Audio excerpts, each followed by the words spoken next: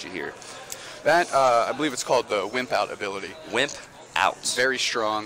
You don't particularly care if you start it. You can just retreat to the bench in favor of something, like a free retreater like Tapu Koko, or something a little bit more beefy to sit behind while you get your game plan established. Yes, and we're probably going to see here. Probably see a Koko here, definitely, and probably two Zarus will be the choice of action here. But this is all like these mirror matches between two decks are always really intricate because you want to attack the Zoroarks on both sides with your Galicipods. That's how you want to put the pressure. You want to force them to Acerola, then Guzman those Zarus as the rebench down to kind of limit their trade access. And that's what you're going to see a lot of here. But both players know that. Exactly right. As I mentioned before, 911, biggest regionals. I think they have an idea what they're doing. Now, let's talk about Ian's list real quick while we've got kind of a basic Bridget setup that Russel's doing. He's got something to change that two-hit war into a one-hit KO capability for his Gallicipod. Yeah, so we saw this a little bit yesterday. We didn't get to see the actual it come to fruition, but we have a Lurantis promo line. Sorry, a 2/2 Lurantis promo line. So what Lurantis promo does, it does plus 20 for all your grass and fire Pokemon on your side of the field. They do an extra 20 damage. So with the Galicipods, it could do lots of different numbers. It could hit, it could do first impression for 170, which is significant numbers on Lele. 190 if you have two Lurantis promo out, and Kukui 210. 2 one-shot of Zoroark GX. So, as we know, that key 210 number is huge for Zoroark GXs that are kind of running rampant throughout this format, opposing Galicipods, things of that nature. Now, Russ with the Parallel City, which is going to limit Ian's setup here. He's Ultra Balling now. It's going to be interesting to see, he doesn't really have the space for that Tapu Lele Bridget setup as he would normally go for here, because he really has to leverage those 3 bench spots he has. So it's going to be interesting to see what he does here. And it's interesting, too, to note that Parallel City is also facing, the opposite side is, for your fire, water, and grass types, this is minus 20 damage. So that Gallicipod, which you normally want to attack with against this mirror match, it's only going to do 100 damage now, which is less than the 2-shot war. So one thing to keep note there. With only Russ getting, 1 Wimpod, the one he started with, and 2 Zoruas, it's safe to say that he's going to be playing a game where having that on the backside is not going to affect him too much. He's going to be relying on that Zoroark GX to take those 1 attachments, start that 2-hit war. With the bench limited, Ian still saying, I need that Lele, I need that Bridget, I need to get another Zorua down, start getting and leveraging these trades early, try to get to my field blowers, and get that Parallel City off the board. And I think Russ is comfortable, attacking with Zoroark GX right now with the Parallel City out, limiting the bench on Ian's side, just because, we both only have 2 Zoroarks, but I have my Koko here. I have the access to first impression a lot faster than you do. So we'll see how it plays out here. Interesting here, he's actually debating attaching a double colorless right now. If I were to think, it's attach, retreat, get it out of the active, because I'm going to need my Zoroark GXs. Okay. I'm going to need my Zoroark GXs to trade, to get to my 3 field blowers, to try and get back into this game. Russ is just so much further ahead right now in his setup. Free retreat can instantly start going in with that Gallicipod GX. And another Tapu Lele for us here. He's going to get the support of his choice, and it's going to be nice to see what he picks up here. Maybe a Guzma, if he's got the Gallicipod in hand. And exactly to our point, attach, Cynthia, we're going to start spreading. Start spreading, yeah. He doesn't have much going on. And the good thing about spreading right now, if you get 2 or 3 spreads going, it turns those 2 shots to 1 shots really quickly. 3 spreads putting Zoroark GX down to 150, and same with Gallicipod. So that's definitely a thought here. Without him having any kind of strong approach right now to take it out of Tapu Koko, that is a route here. Go ahead. What I was going to say was, with Ian no good way, with that Parallel City on the field, to knock out that Koko, he might get 2 spreads in, and that just sets up much better numbers for us, even if that Parallel City is on the backside, minusing his 20 damage on his grass Pokemon. One thing I want to like to know here, too, is that Russ plays 2 Parallel Cities. So one thing he can actually do, if those Lurantis do come out, he can reverse it and take out his own Tapu Leles off the board, which would be liabilities, initially in this matchup. Yep, exactly right, and mitigating the damage boost that those Lurantis would provide, which is really kind of an advantage that Ian is going to try and leverage. Now, he's got to prioritize something completely different now, right? Koko spread, the pressure's on. I need to get something motoring. My thought would be trade, get what I need. Starts with an N. We'll see if he can get some Zoroark GXs out. We want to see a flow stone. We want to see Zoroark GXs, and first press right now would be obviously the best player now. Get rid of that. What Russ strategy is right now is just spreading damage and kind of setting up his own board. But a grass energy and a flow stone would be perfect for Ian right now. honestly, any way to take the one-hit knockout on that Tapu Koko. If Russ gets to spread again, it's going to snowball quickly, and it's just going to help his numbers so much that he's going to be able to leverage that in the mid to late game. Ian does play 3 Field Blower, and to get rid of that Parallel City, it does come down to the bench aspect for Zora GX, so those are outs there. But I'm curious if he's found it yet. Looks like Ultra Ball get that first Zora GX. I feel like if he would have found that Field Blower, we would have seen it right off the bat. Right off the bat. That's a mindless play, and he needs that stadium off the field. That's just no there it is. Field Blower right there on the Parallel City. Oh, he traded the Field Blower away. That is a very, very interesting play. Maybe he had another one in his hand and he liked everything else. I'd like to think so. Yeah, that's what it was. Okay. There we go. Three Field Blower has been very, very popular this weekend in a lot of the top performing decks to help mitigate Garbotoxin. Russ has traded into another Parallel City is what it looks like. Well, the one disadvantage of Field Blower and Great Parallel City, you open yourself up for another one to come right down. So I wonder if he's going to actually play it on his side or as far as the bench mitigation and or to Ian's side. I kind of see Ian's side, but the one thing with that is he gets to rid of the 20 damages on the Zorua on bench is what I would assume he would discard. But on Russ's side, Tapu Lelos are now off board. So curious what his decision is going to be there. I like seeing it, limiting Ian's side. Again, it was strong before. It's going to be strong again. Yes, he loses that 20 damage on the Zorua, but Russ isn't feeling any pressure right now, and that Koko is going to be able to spread again if he wants it. It is perfect because usually you want to parallel when he doesn't have a chance to get rid of stuff that he doesn't want on bench. So the Lele is active, so that means it's stuck there off this Parallel City. Yep, and that's what we're seeing here. Okay, cool. You got rid of your Zorua with 20 damage. Retreat. We're going to start going in. Oh, wow. So this is the exact 150 math to knock out Tapu Lele that had 20 damage on after a Koko spread. And, limited to 3 bench, no retreat factor for Glycopod. Russ is in a really good spot right now. Yep, and we saw Ian trade away one of his Field Blowers. He has one left, and we haven't got a good look at his deck. It might be in his prizes. And if he's stuck with 3 bench for the rest of the game, Zora GX's damage output is crippled. Yep. It is crippled, and it's going to be very hard for him to claw back in. Parallel City definitely enhances the player's chances of winning this mirror match, and it's a tough thing to play around when you're a Zora GX player. Without having full information as Ian does on his hand, what I would like to see last turn is holding onto that Field Blower until he's ready to make a move.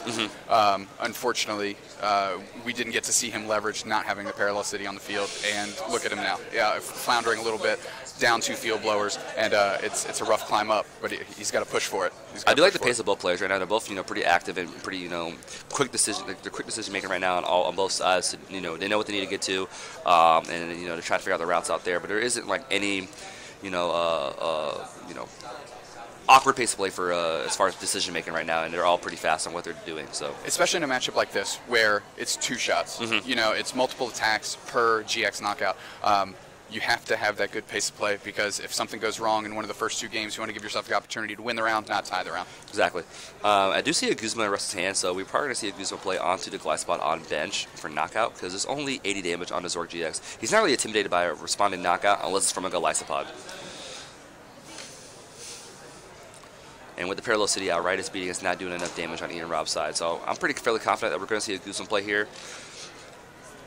Yeah, just start feasting on his kind of anemic board. It's struggling right now. Ian's got a lot of hurdles to cross, and you got to press that advantage. You have to press that advantage, and like you said, I like the Guzma play here. Oh, actually, no, it does not knock out. I forgot. It's only 20 damage on the Glycopod on bench, but it's still a little bit of extra damage. And why that's big? 3 retreat. Yes. And it's 3 retreat on that. And now it's not first impressioning. It's not doing much.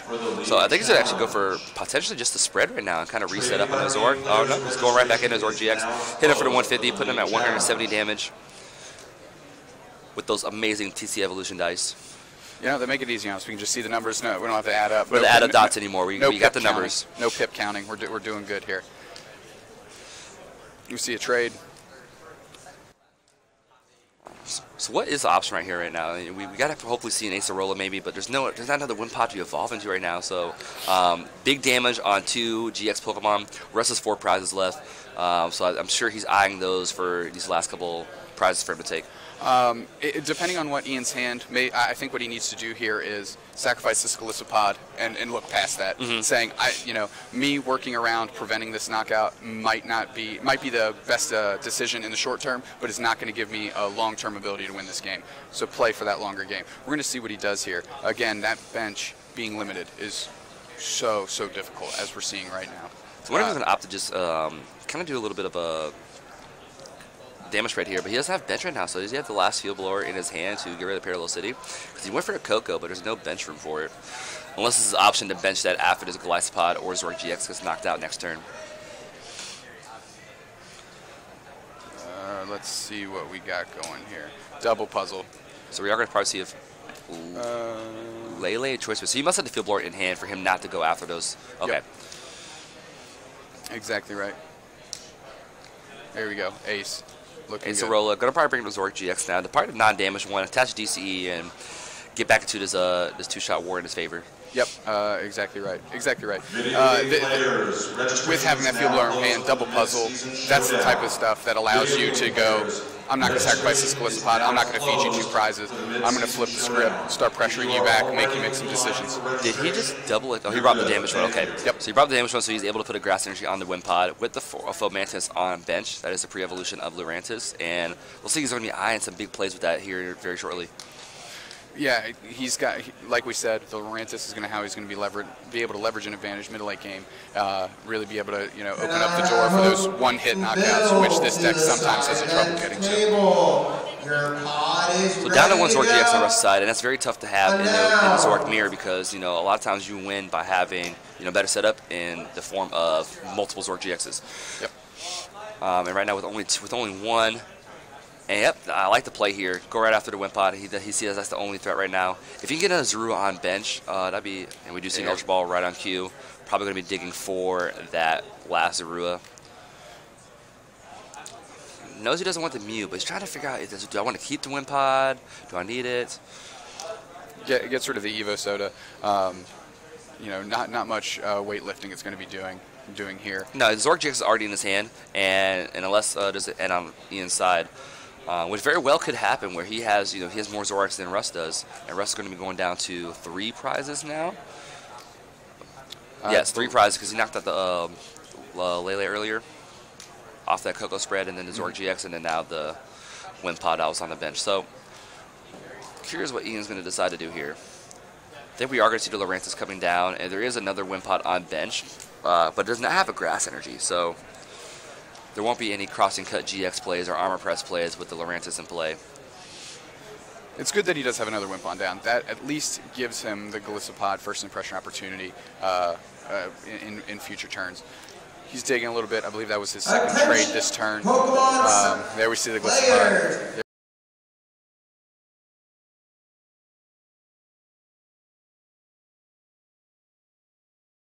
But we just see a Guzma play, and actually that is actually a really devastating play because, like we were saying before, more Zork GX you have, more trades you have, and it kind of odds out your outs for your mirror matches are a lot better. Interesting bringing up the damaged Zork GX here. Not sure how I feel about that. I guess my thoughts here would be he is setting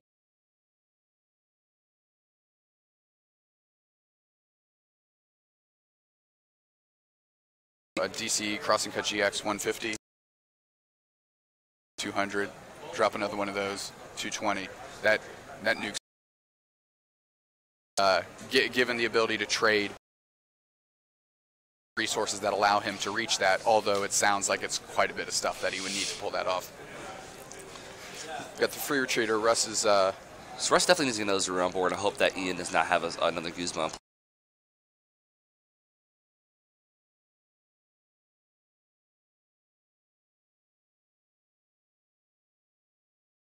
Then trading the Ace Arolas through Golisopod. Where he otherwise maybe would have wanted to be Riotous Beating and kind of playing that game, Russ goes, I need to protect this. This cannot get into the active. It's my only way. Precisely. So that's why he benched.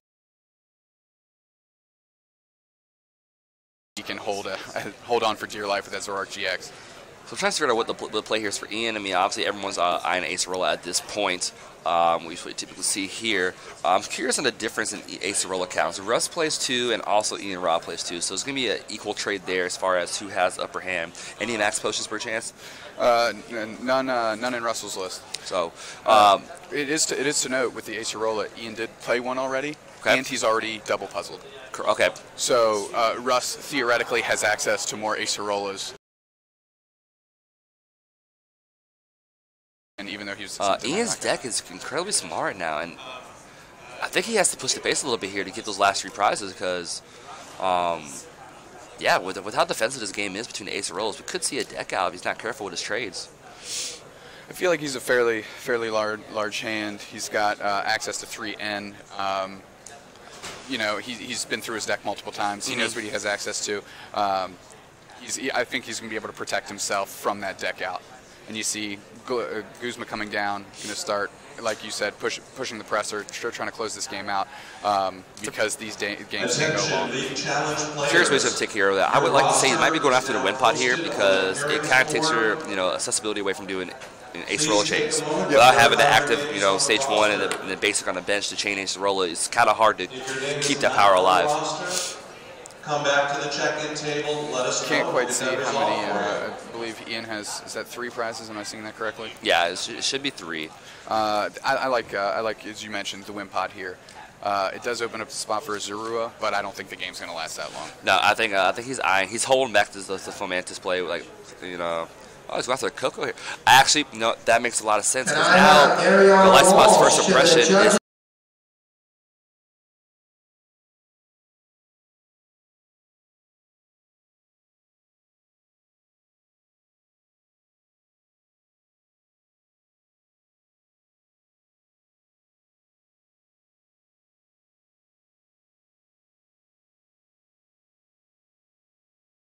Today in round Side event player. So looks like down to 2 prizes on the inside, 3 on Russ's side. Monster. Got a lot of different things that has to happen here. Reducing a Guzma, or it might be a Cynthia on Russ's hand, I'm not sure.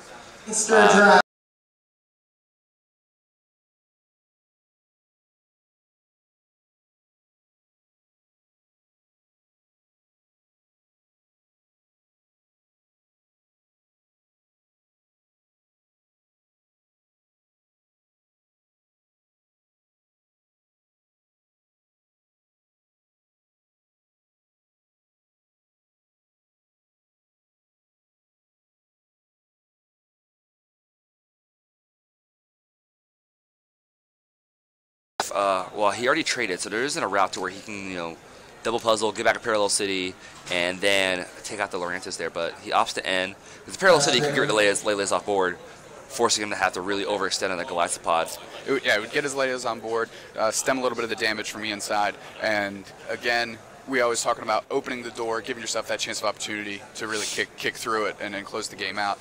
At this point, Russ, damage control. What do I need to do to stem this bleeding, to give myself the opportunity to rally back and take my last prizes? I think what he's hoping for here, he did get a double puzzle off that. I would almost hold on to it, the double puzzle, because right now what you can do is hit the 120 on the active, 100 on the active Goliathopod, and then you have 2 easy knockouts now. So he's going double puzzle right now for that Parallel City that we were talking about. I believe he's going to limit his own bench here. Try to get those Lele's off. Hopefully, be able to drop the Zorua. Yeah. And then play that down. Get those 2 Lele's out of there. It has to be clean. Yep. One on the board is just as bad as having 2 on the board.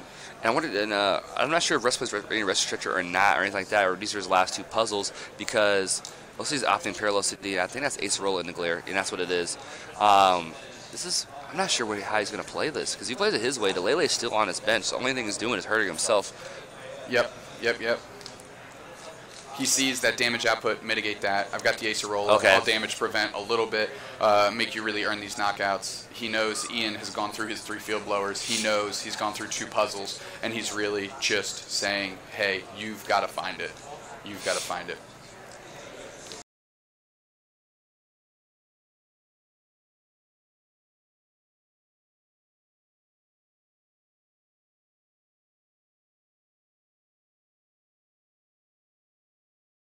What I was talking about, Wow. one Lele.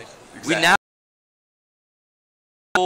choice band, or sorry, incredible double puzzle plays to just end the game right there. Yep. And like we were talking about at the beginning of the game, the key card here was one of those unique texts that you brought up, and we see it there, right there in game 1. It really helped, you know, crank up that damage output. Cross and cut GX 170. He got rid of that parallel city. Puzzle's a strong card, and for some reason today, if we're in the booth, they're coming in.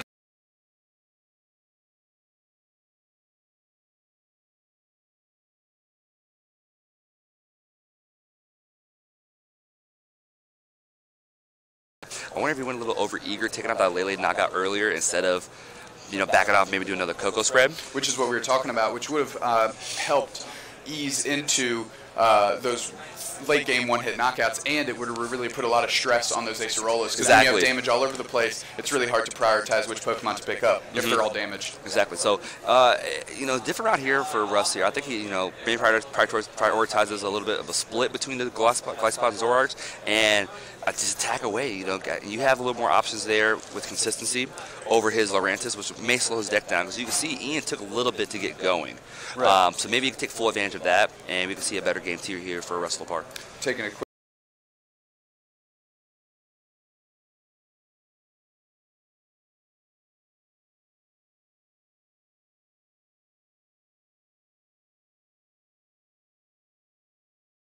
I saw it. It was a Zorua. I'm assuming. Just a little procedure there. He's going to talk to the judge. They're going to clean it up, and we're gonna press forward. Curious what the ruling is on that, because if it was Ian going first, no problem. He's drawing the card anyway. He's probably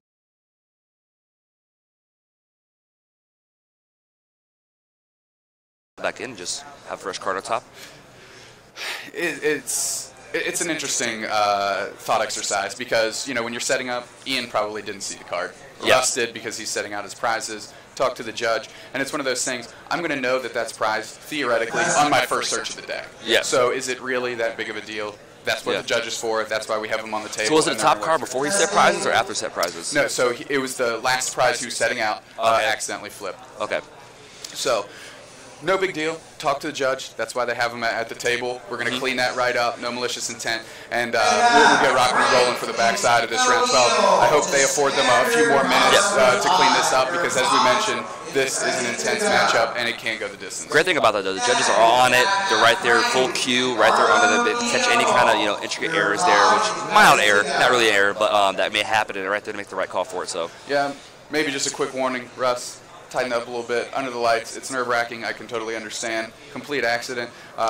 Judges on hand, handling it, and I believe I'm seeing the judge out of the corner of my eye shuffling up the deck, getting that sorted out so we can dive into this game. So I think that's what they're going to shuffle the prize back in and just reset a new one is what they're doing? Or? I believe so. If I can get a one-time, I want to see the 220 cross and cut GX.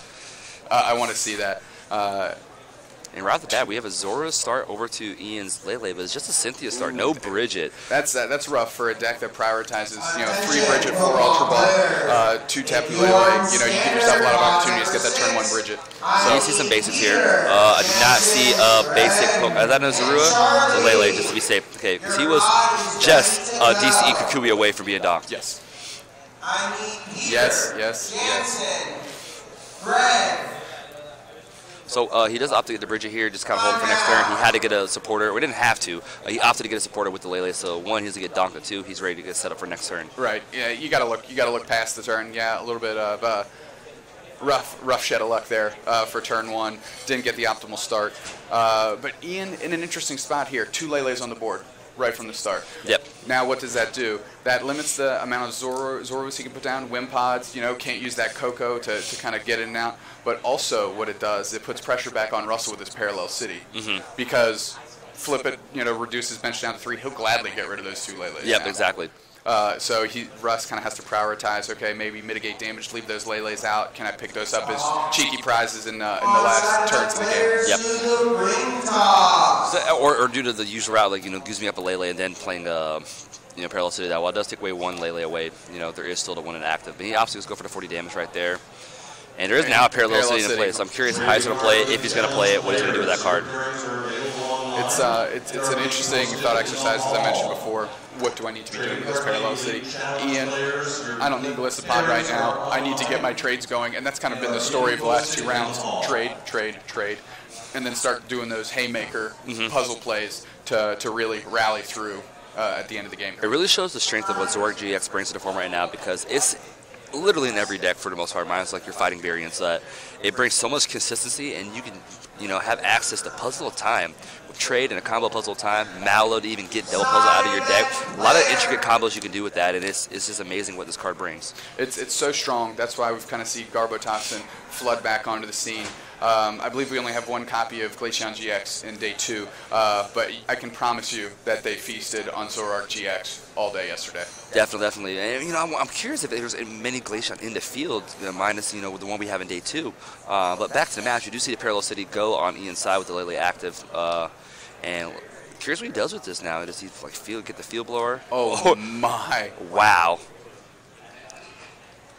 Couldn't have played that faster if he wanted to. Not missing a step here, hitting double Zoroark GX into Sycamore.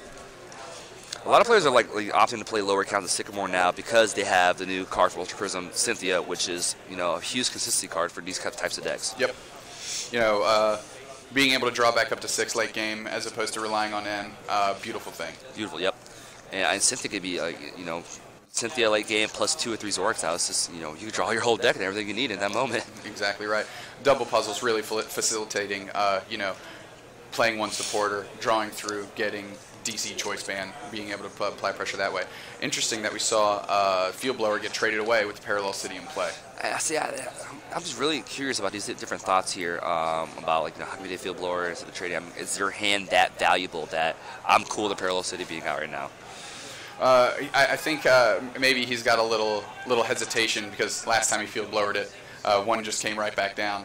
However, Ian won that game, so maybe Parallel City isn't as oppressive as we originally thought off the take. He's really valuing these Zoroarks, and he's going to put pressure with that Tapu Lele and say, deal with this first, and then we'll move on from there.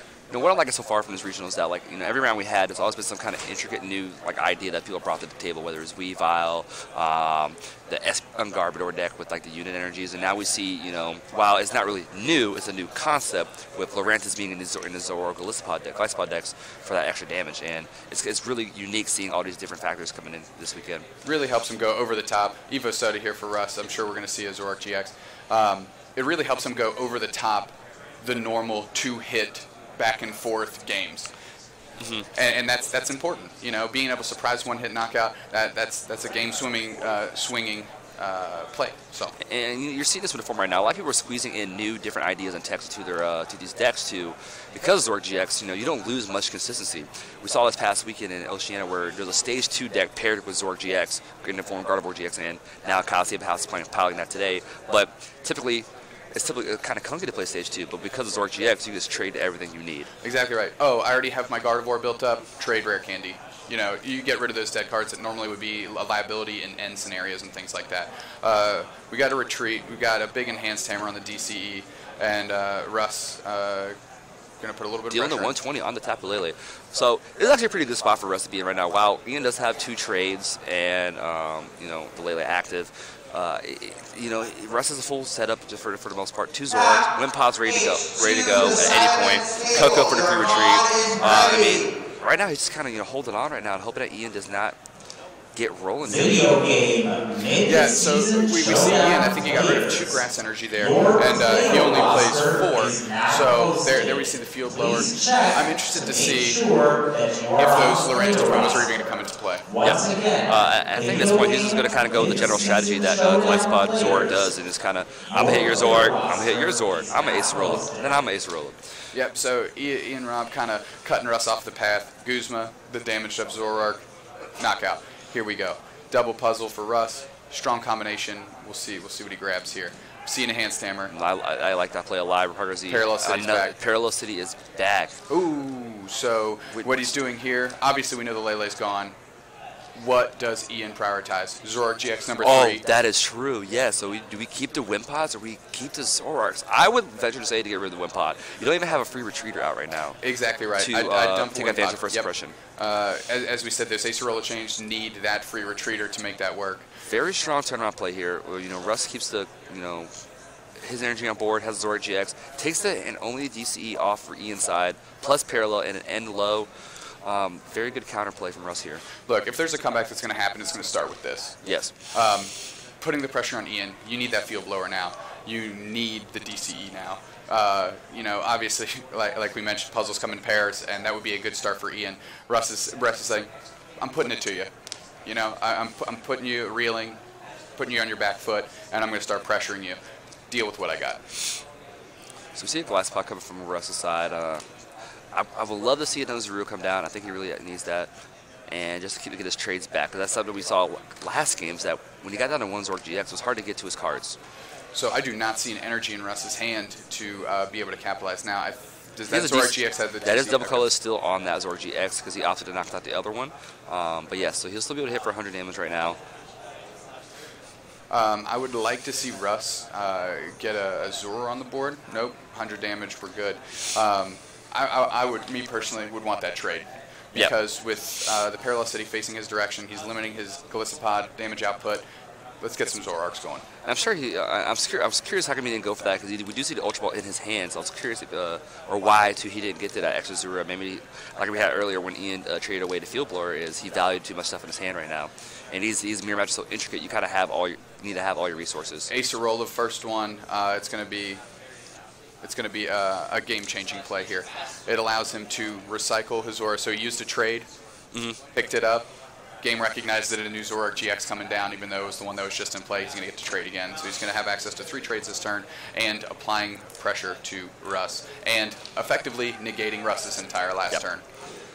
So this is a rough spot to be in for Laparre right now, and we're seeing a lot of defensive plays right now. Do we see a Flowstone? I think he got off the trade, I believe. Yep.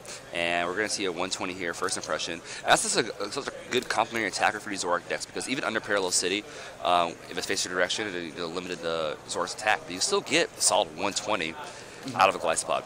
And that, again, that squares up those 2-hit knockouts. We did see Ian before when he was trading away those Lurantis promos. It seems like he's off that train. Got to keep putting the pressure on with what I've got. I don't want to be filling up my bench with useless stuff. I want to be able to save those spots for things like Lele's, to be able to get supporters late game, Zororas, more Wimpods, what have you. Lurantis promo in the bin. So I think we would like to see we need another attacker out. So we probably gonna get the Grass Energy on the Glycopod, and then maybe goose him up the Wimpod on bench to limit his accessibility to Acerola. So we see Russ. We were talking about holding the Ultra Ball, lining up a Lele play here. Interesting to see what he goes for. Acerola would be my guess.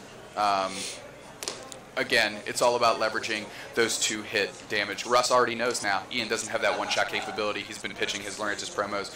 The game is a traditional 2-hit knockout war, and it begins with Acerola keeping your board clean and pressuring your opponent's field. I like he had the Field Blower in right there to get rid of the Flowstone, which is right now Ian's only option to do the first impression or take advantage of the first impression right now. So we're going to see Acerola and Zoroark GX and see the Glycopod get promoted for first impression 100 damage only. 100 damage only, yep.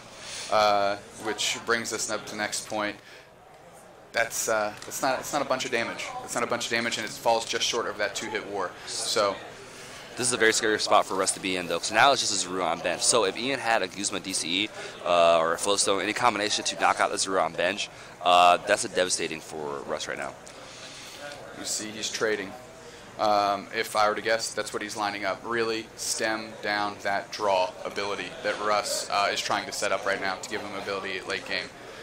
We see an Ultra Ball. Curious if he has it or not. He definitely has a Guzma DC player, however route he's going to go for it. If there's a Guzma, he does not have the Guzma. Acerola. Again, leveraging that 2-hit war. Now, I'd be interested with the limited bench. Oh, see, okay, so now he's putting his Zoro back down. Now he's going to be fully ahead of the trade game here in his mirror match. So curious if Russell could do something similar to where he ace rolls his Glycopod to put his Zoro back down. Yeah, we see 80 damage coming through on the Glycopod there. That's another thing Parallel City does. It limits Zoroark GX's damage output. Russ, giving it a good thought here. What can he do? We got a trade. He needs to get that out of the active, and he needs to start pressuring Ian, who, as we know, just used double puzzle. You know, might not have access to another Acerola or Guzma, and he's got to put the pressure on. I'm curious to how come Ian Robb decided to attack with Riot Speed over the first suppression, because you know you're only hit for so much now anyway, only for 80 damage, and you can't really modify that. He picked up his damage Glyphopod last turn. Yes, correct, but he could evolve the other Wimpod if he kept that on bench. Wasn't there one Wimpod on bench? I apologize. No. Yeah, nope, he dumped it down to 1. He dumped it down to 1, okay. When Russ played the second Parallel City. So that solves that mystery, going in for 80. Oh, sorry. No, he had a Wimpod on bench, but he opted to not put the one he ace rolled back into his hand back down. He put a new Zorua back down. Correct. Okay. Hey, look at us. Solving mysteries out here. Call us the Hardy Boys. So, back to the action. Ultra Ball. I cannot see what he grabbed. A Zoroark GX. Yes, the third Zoroark GX. Okay. Trade for days. Here we go. So is he playing the Mallow or trading the Mallow? About to find out. Trading it. Trading it. So it must be, and that tells me, you know, obvious thing right there. He's looking for a supporter, Acerola, because he didn't want to Mallow for any certain cards he needs. So that's the third Acerola Ian's played this game, and he's already played 2 puzzles. He's played 2 puzzles, but he's firmly ahead. 3 Acerolas can be backbreaking in a deck like Russel's that cannot take those one-hit knockouts. The only way Russ can take a one-hit knockout is a crossing cut GS on a Tapu Lele, and as we see, that's not even on the bench right now. But he's not doing much damage right now. Is the thing on Ian's side. He's only doing 80, you know, repeatedly now. He doesn't have a choice band to, you know, make it 110 and put him with that 2-shot range. So it's going to be awkward. But it's actually a weird thing here. So it does 80. Russ is in an awkward spot because he can either Acerola or be holds back because it's not, you know, in 2-shot range. Ian can just go Field Blower, fill his bench up, choice band, then take the knockout. Yep. Russ got a full grip of cards. I think I saw double puzzle in there. He definitely has double puzzle. I did see that. He got it off the trade when he discarded his Bridget. And this is where we're talking about pressuring multiple Pokemon.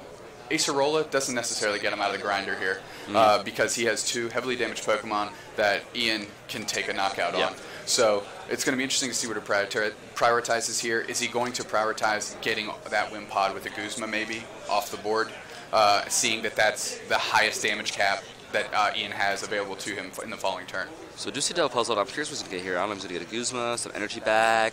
I'd like to see the Zorua come back and play, but he discarded a lot of Zoroark GXs earlier, so he might just be down to just this line of Zoroark. He's eyeing down the Acerola, it looks like.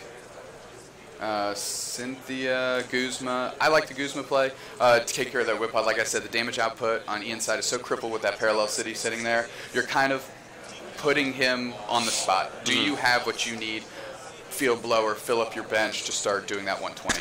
Yeah, so I had a Wimpod down, put Russ back down to 5 prizes, and then if he knocks out the Goliathpod, so I'm assuming he's going to knock out with, and you let him take down the knock out a Goliathpod, end him down to 1. We do see, oh wow, okay, that's big. So I believe this is the 3rd DC he discarded away with the Enhanced Hammer, and he's already played all 4 puzzles. He's been prioritizing Acerolas. So this could actually be a really big turnaround. So I think we're going to see the Goliathpod come up. He does not mind losing that. Russ's nose is always to the grindstone. You know he's been checking that discard. You know he's been keeping track of that. And he's darn near playing a mirror match here. The only difference being Laurentius. He does armor press. That's actually huge. So using armor press to knock out with the limited bench on Ian's side, this could be the turn that Russ needed to get back into this game too. Yep. Taking another quick look. Just confirming, if I were him, puzzles are gone. How many DCs does he have left? And if Russ can take a knockout on Ian's Pokemon that has that last DCE, because he's been aggressively getting rid of those grass. This is incredible. Like I love seeing how these players, you know, like last round, we thought Kyle was out of it, and he says, you know, I have an Necrozma, I'm gonna catch you back in this game. Russ is like behind his board state. He's like, this is what I'm gonna do. I'm gonna get rid of all of your energy, force you to use your puzzles while I still have all mine, and I think I'm gonna hang in here. Ian just played Kukui. I think he's trying to dig to get this damage done, get that Parallel City off the board, try and fill up his bench. He's motoring through his discard pretty quickly. I'm not too sure what... I think he's done with his Field Blowers also. He's taking some mental inventory there. We know for sure the puzzles are gone. He needs what I like to call it all. And he's used a lot of resources. Last 2 double puzzles going in. Okay, so this is his last set right there. Yep. Okay. So everybody's used all their puzzles now. Yeah, everybody's all the puzzles. Russ's both parallels are in Russ's discard, I believe. Plus Kukui. Plus Kukui, so yep. 120, so it hits for 100. Even after armor press though? So 20, 40, 60, 80, 100, 130, 150. Minus armor press is 130. That's exactly 210, yep. Math. Quick maths. We are nor athletes nor athletes. Here we go. After that, like, incredible move by Russ, it kind of just, I got the board state set. What can he do? And Ian just completely turns that around with this move of his own. And this is it right here. End of one, 3 trades. What's going to come of this? I know. Well, if we saw last time, it's a Cavalian trade double puzzle. Here we go. But we know that's not necessarily an option this time around. So I wouldn't mind a little late game theatrics.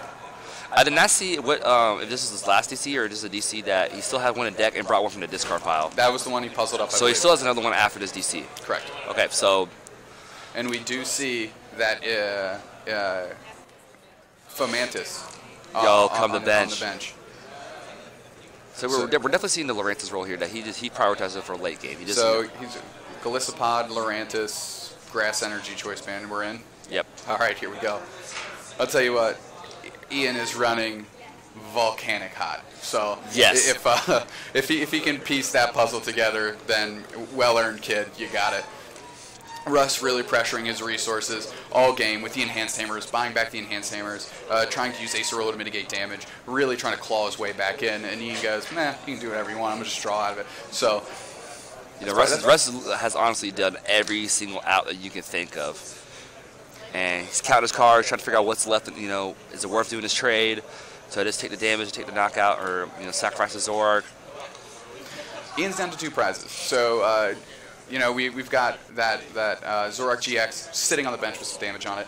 That's an easy attack, an easy KO. Excuse me. Russ has that in mind. Like I said, when you pressure the Acerola use, that's how another way you can get ahead in this matchup. One thing I really like about Ian Robb's play right now is that, a lot of times players see a strategy like, I want my Fomantis, I'm going to Lurantis out and start doing damage right away. But he sees it as, I'm going to need this eventually. I'm going to wait till they burn all the resources so I know it's safe when I bench this Fomantis. Yep. The Guzmas are gone, the Pulses are gone. He's safe here. I'm getting his Lurantis perma out regardless of what you do now. He doesn't consider it a crux of his strategy. It's, let's call his deck Zoropod with Theatrics. Sunny day coming through. It's kind of like his trump card. It's like his last resort. Like, hey, you know what? Here's my little extra play for you right here. This is how I can go over the top. We see Russ's trade for the turn. He hits a Grass Energy. You've got the Choice Band down on the Lele. You really need to see that Acerola there. And an N. Here we go. It's always tough when you're ending your opponent to 2 cards and you know that 2 equals +6. Mm-hmm. And his deck is small now. He's been getting rid of stuff. Ian's playing the game phenomenally right now, and resource management is being a big key factor right now. Like I said, I don't think I'll get to see the dream I was talking about of the 220 crossing cut GX, but Sunny Day might come into play. There's 4 more rounds, Kirk. Got a long day to go. A boy can dream, looking up to the stars. We see the retreat, Lele. Does he have another DC to go on this Lele? He does. We are hitting everything we need right now to have a fighting chance. He's putting himself in a position to do things. That's all you can ask for at this point, right? And he cannot leave that Lele there. That's just food for fodder, and that's the end of the game. So retreat it out, try to put pressure any way I can, see if I can cobble this thing back together. Next turn he has to be able to, get the Galissapod out and Grass Energy and hit that next, because if he has a DCE, which that's true, he may not have the DC, so he's kind of counting his odds here. Do I trade to try to dig for it? He has the Grass Energy. Oh boy! So he's going for that's Guzma. what. Does he get it all? Oh no! Does he not have it? That was his last out. Does he not have it? He only has the Grass Energy in hand. Oh no! Okay, sorry. I thought he drew his last card out of his deck. No, he has 1 card left. But the thing is here, it's only Guzma that he has an out to. So what you could do here is Guzma the Galissapod up, and now it can't first impression. That takes away that takes away the knockout. And because he threw away his last DCE, that is it. So There's no cross and cut. There's just first impression now. So if Russ is realizing that, I think if he has the Guzma, he could do that play there and just sit there at that point. Yeah. You know, doing 30 to 20 damage from first impression. No, sorry, 30 damage is not going to do anything right now. Yeah, it's absolutely anemic. It's not a game-changing play at all. Russ, if he's even wants to add protection, you know, he can retreat into a one prizer. Yes. You know, make it one level harder. And I think that is the last card in his deck. 1 or 2 cards maybe in Ian's deck. So that could be it. We do see an Acerola play. So with that, does he have the max potion also to get the damage off the Zoroark GX? He is not running max potion this weekend, so that is not an out available to him right now. But I think Russ is kind of seeing the tide shift a little bit. He needed to fade those 2 trades, and he did. So now he needs to capitalize. He needs to put himself in a position to win this game, and sometimes that's just by deck out. Yep. And we see the critical mass of him attacking Ian's resources with those enhanced hammers over and over and over again, changing the priority of those puzzles and putting him in a position where he might not be able to close out this game. He's actually bringing the Zoroark GX up here. This is really interesting right here. I think that Zoroark has 80 damage on it from a previous... Correct. Zoroark's not going to be able to knock it out, and he can't Guzma now. Oh, that's why. Okay, it makes complete sense. All right, so there's nothing else Ian can really add on there unless if he had bench space, he would add anything right now. There's no DCE.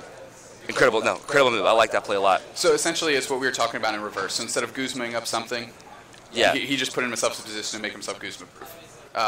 Love it. So last card's gone. He's got a grip. I guess what we're looking for is, does Ian have an N? Ian have the N to kind of put his cards back, and if not, this is a pass on the rest of the side, and we win by Here's the thing. He's down to 1 grass energy, and with this board, I don't know what you do with that. Yeah, there's nothing you can do. I have no idea what you do with that. He's taken inventory of both discards. I think he sees the writing on the wall. And here we go, shuffling up what looks like maybe 3, 4 cards. So whatever, I think Ian at this point now is just kind of seeing, like, you know, is getting close to the time point to where can I just hold out to this, get to these 3 turns and take my game 1. But he doesn't have many cards in his deck. He's going to draw them all. There's 4 cards in his deck. It was like 4 or 5 cards. Draws 2 right now. You know, I think Russ is in a good spot right now. There's no DCs left. I think Russ is just sitting here and just ride his beating now for the rest. I'll tell you what, Russ is slamming down that right foot on the gas, and he is going. It's going to be a draw attack at this point right now. Yep. There we see her right away. He sees it. He knows it. He goes. His internal clock is ticking. He goes, I need to close this out. We need to put some damage on the Riotous, on the active Zoroark. I'm assuming Russ did attack with Riotous beating. All right, so maybe he just did a pass and said, you know, I don't even need to attack you. It's fine. We know what the end result is here. Ian checking his discard here. I'm guessing there was not an attack declaration from Russ's side, so I think we see the inevitable. Like, the play is to just go for the deck out. Draw pass. Ian passed. Ian, being a sportsman. There you go. So Russ does take game 2 via deck out with 2 minutes and 20 seconds left going into game 3. First of all, incredible, like, you know, development from Russ throughout that game. Like, there wasn't ever, like, there's always something he found out. Dangerous waters the whole game, navigated incredibly well, changed the approach to the game. He goes, I'm not going the 2-hit war. I'm going to prioritize stressing your resources, and then at the late game, when I've ran you out and mitigated all the damage you can do, draw pass. Sure. Decking out is another win condition in this game, and Russ applied to it very, very well. It shows the strength of these players right here, because they both, you know, while Russ had all those counter plays, Ian had plays right back, and then Russ goes, you know what, here's my trump card now, and we're going to deck you out. Your RDCs are gone. One thing I do want to mention that I want to tip my cap to Ian on is he did not play to the clock. He respected Russ's time and Russ's ability that game, and he goes, I can't win, I'm not going to draw, check your discard, check my discard, rifle through my hand, make a piddly decision, and try and eat some time off the clock. He respects the game, he respects himself, and he respects his opponent, and said, you've got this, you played it like an all-star, let's go to game 3. Unfortunately, it'll probably result in a tie for these gentlemen, which is not what you're looking for, but you certainly have to highlight sportsman moves, or good sportsmanship like that when it happens, because often people get bent on the negative side, and people don't highlight the positive. When you get into like such a strong day 2, one, it's 46 players this weekend. I don't know if we mentioned that already on the stream, but you know, get to such like this small field of all significantly high-level players. You know, you get to these ties, unfortunately, sometimes, but it's because, you know, everyone's trying to outpace the other player, and everyone's already on a whole different, you know, scheme when it comes to board state development, what to do in different turns, stuff like that, and tip the hat to these players. They're both very high caliber players and playing really well today. Yep. If we see any normal setup at all, putting a rocket on these guys' backs isn't going to get them to finish this game. It's just not how the deck wins. We're down to under 30 seconds now, and as long as he's going to get a bench. I mean, that's a Malo, so if he doesn't bench anything, we could explode and possibly see a big turn here from Russ. His bench is all 3 Pokemon right there. Yeah, never mind. I don't need to bridge it when I just got it all. I think we're going to see a handshake here real shortly. Yeah, as soon as the time's called, probably going to see an extended hand here. Hey, good job, Russ. Great job coming back on that game 2 and ending it in the fashion that you did. And, good luck to these players the rest of the rounds. Yeah, absolutely. Unfortunately, another tie for us on stream. We'll find you guys a winner eventually, I promise. But right now, going through the paces, time has been called. And there it is.